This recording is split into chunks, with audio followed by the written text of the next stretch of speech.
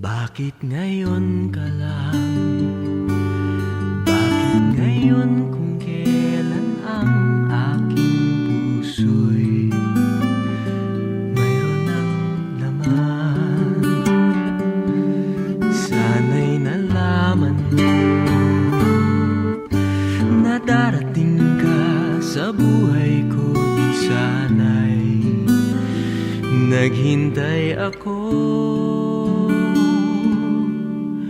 Ikaw sana ang aking yakap-yakap, ang iyong kamay lagi ang aking hawak, at hindi kanya.